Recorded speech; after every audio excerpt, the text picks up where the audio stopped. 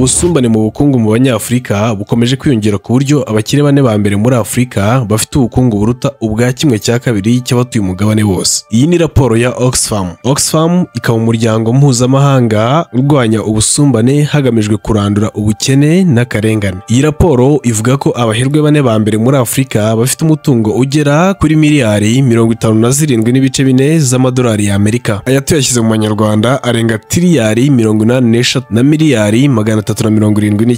Ubu butunzi buruta ubw'abantu bagera hafi kuri kimwe cya kabiri cy'abatuye umugabane wa Afurika basaga miliyari 1 na miliyoni 550. Nk'uko iyi raporo ibivuga, mu mwaka w'ibihumbi 2000 Afurika nta muherwe utunze miliyari yari ifite. Ubu tuvugana uyu mugabane ufite abaherwe 23 kandi ubutunzi bwabo bwose hamwe bwazamutse 56% mu myaka 5 ishize gusa, bugera kuri miliyari 112.6 z'amadolari y'Amerika. Byongeye kandi abagize 5% ba mbere b'abaherwe muri Afurika bafite umutungo ugera hafi kuri tiriyari 4 z'amadolari. Aya akaba akubye inshuro ebyiri ubutunzi bw'abasigaye bose ku mugabane. Ibihugu 23 ubwo ni hafi kimwe cya kabiri mu bihugu 50 bifite ubusumbane bukabije ku isi biri muri Afurika, kandi ubukene bwiyongera buri munsi. Nubwo ubukene n'ubusumbane bikomeje kwiyongera, leta nyinshi za Afurika nizo zigaragaza ubushake buke ku isi mu kugabanya icyo cyuho, zigabanya ingengo y'imari yagenewe serivisi rusange nk'uburezi, ubuvuzi n'ubwishingizi bw'imibereho,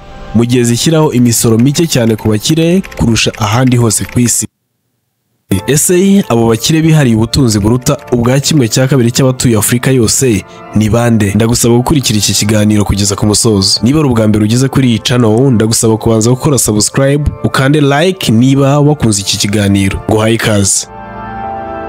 Si ibintu byoroshye kugira ubukire bungana nk'ubw'aba bagabo ku mugabane wa Afurika, bitewe n'umutekano muke n'imihindagurikire ya politike ndetse n'ibibazo by'ifaranga rihora rimanuka mu bihugu bya Afurika, currency crisis, ndetse hamwe na hamwe rikanahindurwa. Nko mu kwezi kwa Gicurasi umwaka ushize, Zimbabwe yashyizeho ifaranga rishya ryitwa ZiG cyangwa Zim Gold, rifite agaciro gashingiye kuri zahabu. Ryaje risimbura idolari rya Zimbabwe kugira ngo rihangane n'ikibazo cy'izamuka rikabije ry'ibiciro, hyperinflation. Nubwo bimeze bityo muri Afurika, ubukire bw'abaherwe bo muri Afurika bukomeje kugendera ku muvuduko umwe n'isoko ry'imigabane ku rwego mpuzamahanga. Tudatinze, reka turebe abakire bane bihariye ubukungu bwa Afurika.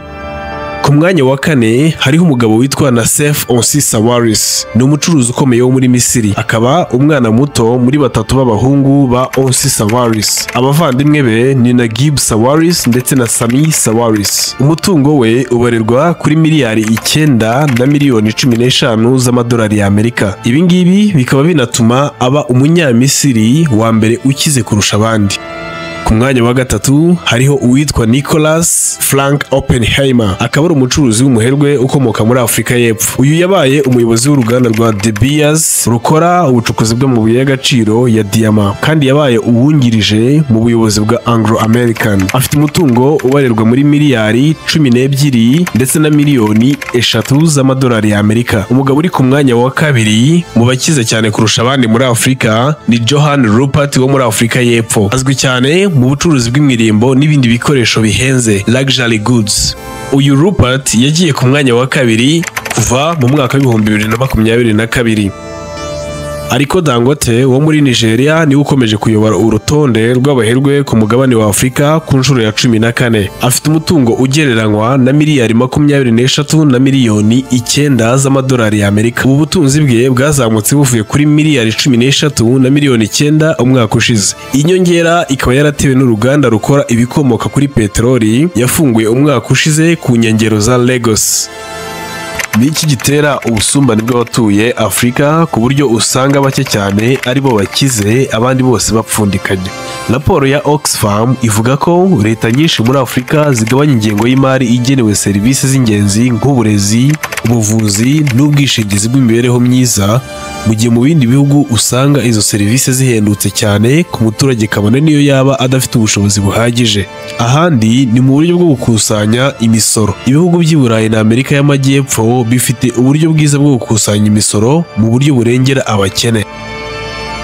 usanga 1.8 ku ijana by'umusaruro mbumbe w'igihugu GDP biva ku musoro ku mutungo umuntu afite, mu gihe muri Afurika ibihugu byinshi bikusanya gusa 0.3 ku ijana, ahubwo ugasanga umusoro mwinshi ibihugu byo muri Afurika bisoresha uva ku byo umuntu yinjije cyangwa se income tax. Mu gitabo yise The Bottom Billion, Paul Collier asobanura impamvu nyinshi zituma Afurika igira ubusumbane bukabije mu bukungu bw'abaturage bayo. Muri iki gitabo akomoza no ku kintu cyitwa resource curse cyangwa umuvumo w'ubutunzi kamere. Aka ni akajambo gasobanura uburyo rimwe na rimwe kugira ubutunzi bwinshi bw'amabuye y'agaciro, peteroli cyangwa ibindi by'ingenzi bishobora guteza ibibazo by'ubukungu n'ubuyobozi aho gufasha igihugu gutera imbere. Avuga ko iyo igihugu cyishingikirije cyane ku butunzi bumwe gusa nko kuri peteroli cyangwa amabuye y'agaciro, ubukungu bwacyo bushobora guhungabanywa n'impinduka ziba ku isoko mpuzamahanga. Urugero, iyo ibiciro bya peteroli cyangwa zahabu bigabanutse ku isoko, ubukungu bw'igihugu gishingiye kuri byo busubira inyuma. Byongeye kandi iyo igihugu cyibanze cyane kuri ubwo butunzi bumwe, ibindi byiciro by'ubukungu nk'ubuhinzi, inganda cyangwa serivisi ntibigira amahirwe yo gukura. Ibyo bigatera kwirara, kudahangana ndetse no kudateza imbere ubukungu mu bindi bice. Muri make, resource curse isobanura ubutunzi bwinshi bushobora kuba umuvumo aho kuba umugisha. Ibi bikabaho igihe budakoreshejwe neza cyangwa budafashije abaturage bose mu buryo bungana. Muri The Bottom Line agaruka no ku mwenda ukabije ibihugu bya Afurika biba bifite, debt burden. Ibihugu bimwe byo muri Afurika bihura n'ikibazo cy'umwenda munini cyane biba bigomba kwishyura amahanga. Iyo ibihugu bifite umwenda urenze ubushobozi, biba bisabwa kwishyura amafaranga menshi buri mwaka, bigatuma amafaranga yagombaga kujya mu bikorwa by'ingenzi by'uburezi,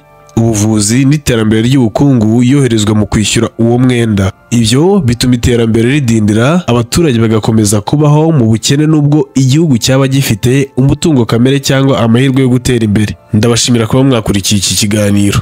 Ushobora kujya hasi muri comments ukandikamo igitekerezo cyawe cyangwa se ukaduhereza n'inyunganizi ku cyo wumva twazaganiraho ubutaha. Ndabashimiye.